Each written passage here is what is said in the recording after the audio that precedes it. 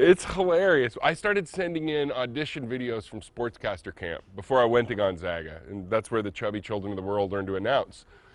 So they liked the tapes, and they said I could audition. Then they came there, and I was the student announcer for GUTV. By the time Gonzaga didn't have a TV deal, so the only people watching me were like old folks' homes and people that were too drunk to make it to the games. And then my second year there, they blew up. And they didn't have a TV deal. So all of a sudden, people are watching me on GUTV, and suddenly it got to be high pressure. But I was also, Keith, not a great announcer because all my roommates were on the team, and I was pretty embarrassed because I didn't want them to beat me up. So when they made a mistake, I wouldn't announce it. But it was still so much fun to do.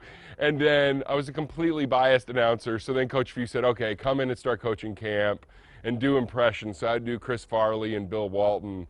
And they just kind of adopted me. I was kind of a wacky kid, and I was lucky enough to get kind of adopted by them. And then they still let me hang around. It's really great. I was going to say, it's been a while, and you're still, every time you're in town, you're part of whatever Gonzaga's doing. How cool is that you've been part of it this whole time? I pinch myself all the time, and I just kind of think about how lucky I am to end up in Spokane in 1997 when all this magic happened, and that they haven't forgotten me. And to watch how this program has grown is the coolest thing, and such a tribute to like Mike Roth and Coach Few and everybody else.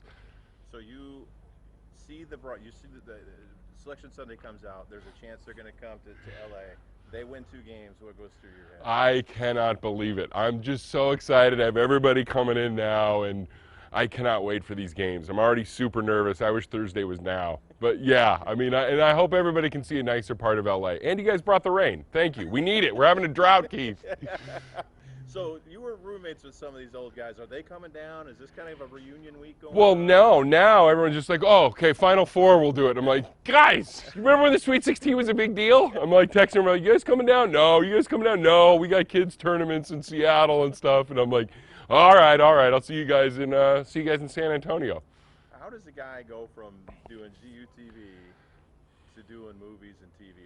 How did that all happen? Man, I got real lucky. I had the big Zag in the sky looking down at me. I don't know. I really did just get super lucky. But I came down here in 2001 and worked every day job you could imagine and got fired from every day job you can imagine. And then I slowly just started to kind of worm my way in, and I pinch myself every day. You've been part of some of the greatest series in the history of television. Do you have one that maybe sticks out to that was a pretty cool thing? Probably. I mean, the one that jumps out at me right now, the 2 are Twin Peaks and Curb Your Enthusiasm. Twin Peaks, just because I was such a fan of it as a kid. There were no shows that showed the Northwest. Yeah. So that was amazing. And David Lynch is also from Spokane. And when I first met him, we were talking about Spokane. And then also Curb Your Enthusiasm. My dream, I remember watching the first episode with Tony Hazel, now a judge in Spokane, and saying, this is the funniest show ever. And I moved down here, my dream was to be on it. And then when I was on there with Larry David and Super Dave and Jeff Garland, I'm like, I'm gonna wake up. This is a dream, but it's a great dream. What's cooler, being a cartoon character or getting eaten by a dinosaur? That's a tough one. I think the cartoon character, because I get to live every week. The dinosaur one is tough. And the people that are surprised, like, we were so sad when you got eaten, I'm like, really? This is made to get eaten. This guy doesn't make it through the movie. This guy makes it through 22 minutes of the movie, and we're happy for it. You kind of kept that one a secret, though, right? The Jurassic World? Oh, yeah. I didn't really tell people. Well, you don't want to tell people because you can get cut out. Because I remember one time I told everyone I was in something, and then you get cut out. So I'm like, I don't know if I'll make it in. But then when I saw it, I was like, wow. And don't forget, I'm the guy that lets out the dinosaur. Without me, it's a 22-minute short. You need the idiot that cries and lets out the dinosaur. It's important. Somebody's got to play. It's like Coach Phil always said, you have to add value. So not everybody wants to play the bad guy. Not everybody wants to play the idiot. Here I am, representing the 509. You now get to do this cartoon. That's a big deal. I mean, you know, do you notice when people, maybe kids will recognize your voice? I mean, it's got to be a thing. It's really funny, and then the young kids can't figure it out. It's like they think I've stolen Grizzly Bear and put him in my body. They can't quite understand what's going on. So once they get a little older, they understand the concept of it, but before then it's just weird. So now my friends are like, yeah, he does a good impression of Grizzly Bear.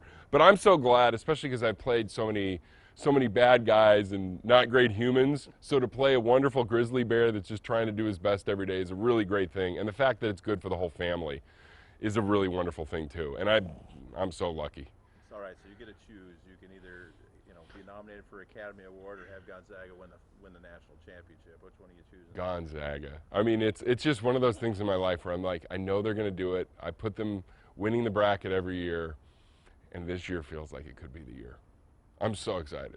What would that be? What would you be like? What would your reaction be if they cut down the nets? I'm not going to lie to you, Keith. I'll cry. I mean, we were so emotional last year just getting to that championship game, and I was watching with all the fellas, and we couldn't believe it, because I remember, you know, when going to what is it, Northtown Mall? Is that the right mall? I'll tell you. I remember going to Northtown Mall and seeing one Gonzaga hat on sale at Foot Locker. We're like, oh my gosh, this is crazy. This is big time, guys. And now to see this program get here and to grow the way they've done it with pride and passion and not lose their soul, it makes me so proud. I'll just cry. If we win it all, I'll cry. Like a baby that I am. I'm a big baby. Ask my college roommates, ask my wife. I just admit it.